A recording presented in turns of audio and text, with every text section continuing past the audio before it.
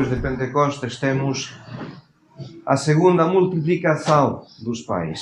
A primeira teve lugar no domingo segundo de Pentecostes, a seguir à festa do corpo de Deus. Hoje, a segunda multiplicação. Tomando 7 pães, deu graças, partiu-os e entregou aos seus discípulos. Tinham também alguns peixinhos, ele os abençoou e mandou também distribuí-los. O que é importante neste texto, acho eu, é o facto de Nosso Senhor agradecer primeiro a Deus e depois abençoar a comida antes de distribuí-la. A lição, acho que é simplesmente a necessidade que nós todos temos de santificar as nossas refeições. Antes de entrarmos no assunto, eu diria importante dizer que sentir prazer com uma comida não é algo ruim, é normal. Deus criou o nosso paladar,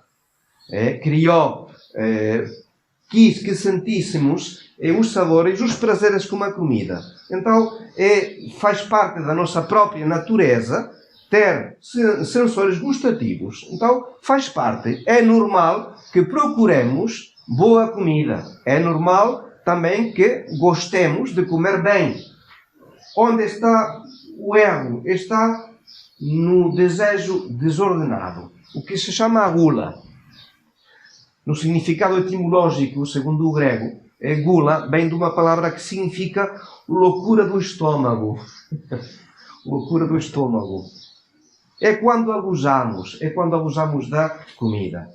Não concedemos muita atenção a esta falta. A gula não faz parte dos pecados que controlamos com muito sentido cristão. No sentido em que, primeiro, é preciso comer para sobreviver. Então faz parte das nossas necessidades. Não podemos não comer. Segundo, também porque o pecado mortal é relativamente difícil neste aspecto.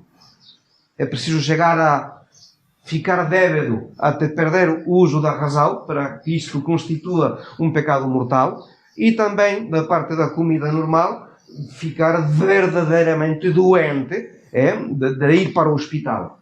O qual, normalmente, para pessoas normais, não acontece. É difícil cometer um pecado mortal, no sentido da gula. Mas não deixa de ser uma falta, pecado capital, vamos ver, que é fonte de outras faltas. São Gregório distingue 5 espécies de gula, 5 maneiras de faltar contra a gula, que estão expressadas num verso latino, que é muito simpático. Primeira maneira, prepropere, quer dizer apressadamente. A gente come a pressa, com pressa, parece que a comida vai escapar do prato tão rápido que fica. Então, prepropere, apressadamente. Segundo, laute. Laute significa suculentamente, magnificamente, suntuosamente.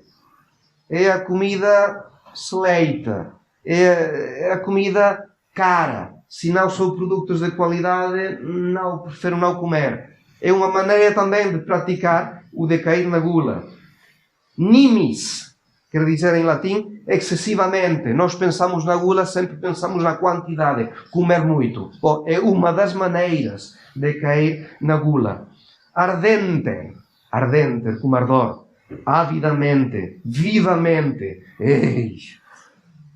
Estudiosa é a última maneira. Estudiosa, requintadamente, com aplicação, com cuidado, com zelo. É a seleção dos sabores e das combinações para que fique realmente a comida ótima. Bom, são maneiras de faltar contra a temperança, simplesmente. Vício capital. Vício capital é um pecado capital, isto é, fonte, é cabeça de outros pecados. É São Tomás de Aquino que vai citar também 5 derivados. 5 derivados da gula. Primeiro, a alegria tola, inepta. Fala assim Santo Tomás. Esta brincadeira fácil que provoca a risada, sem motivo qualquer. Depois da alegria inepta, a escurrilidade, que é divertir com chocarrice, com esta jovialidade que não consegue coibir nem as palavras nem os gestos. É uma segunda maneira, uma segunda consequência da gula. Terceira, multilóquio, quando falamos demais e sem juízo. É aí normalmente também que faltamos à caridade. Aproveitamos para limpar a fama do próximo. Fala também Santo Tomás do embutamento mental. Isto é quando a inteligência fica atrapalhada, já não consegue ligar as palavras e os pensamentos. E depois também, e muito importante, segundo os autores espirituais, a imundície, no sentido em que a gula adormece a nossa razão e somos conduzidos com mais facilidade para os pecados da luxúria, por exemplo. A gula ajuda a luxúria. O que é importante é ver como o corpo, através da gula, perde o senhorio das suas funções. E Santa Catalina de Sena dizia que o estômago cheio prejudica a mente. Prejudica a mente. É assim, é assim. O ideal seria praticar o que ensinava Santo Agostinho. Ele dizia: vós me ensinastes a ingerir os alimentos como se tratasse de remédios. A comida é um remédio. E tomamos a comida realmente como remédio para as nossas necessidades. Não está proibido gostar da comida, mas sempre com moderação, com uma ordem que a alma impõe. O corpo tem de ser escravo da alma, não o contrário. Através da gula, é a alma que fica escrava do corpo. E o nosso dever, então, através da temperança, fazer que o nosso Deus não seja o nosso ventre, como diz São Paulo. Evitar isso. É elevar esta função, que em si é animal, elevá-la numa categoria que seja mais nobre, mais espiritual. Não comemos como animais, comemos realmente dirigidos pela razão, iluminada pela fé. Comemos para viver, não vivemos para comer. É o assunto importante.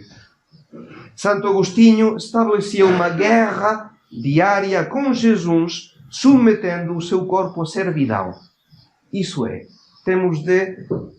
o nosso corpo tem de ser servo da nossa alma.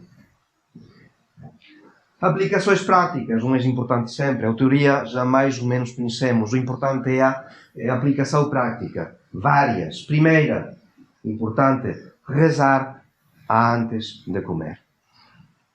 Rezar. Pensar em simplesmente santificar a nossa comida, pondo em presença de Deus o que vamos comer. Mesmo em companhia dos nossos colegas, dos nossos amigos. Não se trata de fazer gestos enormes, um sinal da cruz, que realmente os 4 pontos cardinais. Não, mas uma oração simples, discreta, que, bom, eu faço assim. É o meu costume, o que eu aprendi em casa. Rezar antes de comer. Segundo, um conselho também, não comer fora das refeições. Não comer fora das refeições, evitar os caprichos, as guloseimas, aguentar a fome e a sede até o tempo marcado. Se temos um tempo marcado, aí é que aproveitamos. Mas controlar simplesmente não estar o dia todo.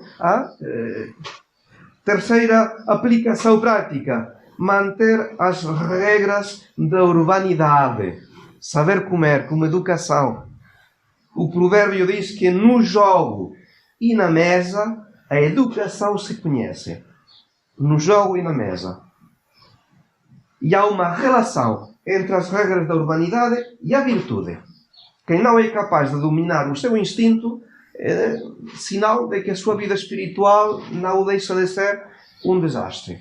Eu tinha lido uma vez, num autor, falava de um caso de um jovem que está à procura de um diretor espiritual.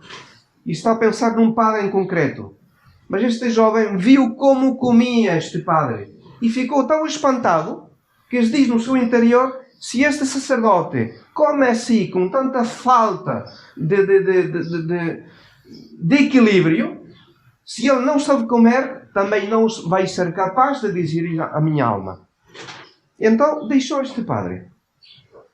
Mas é verdade, temos de comer com delicadeza, com moderação.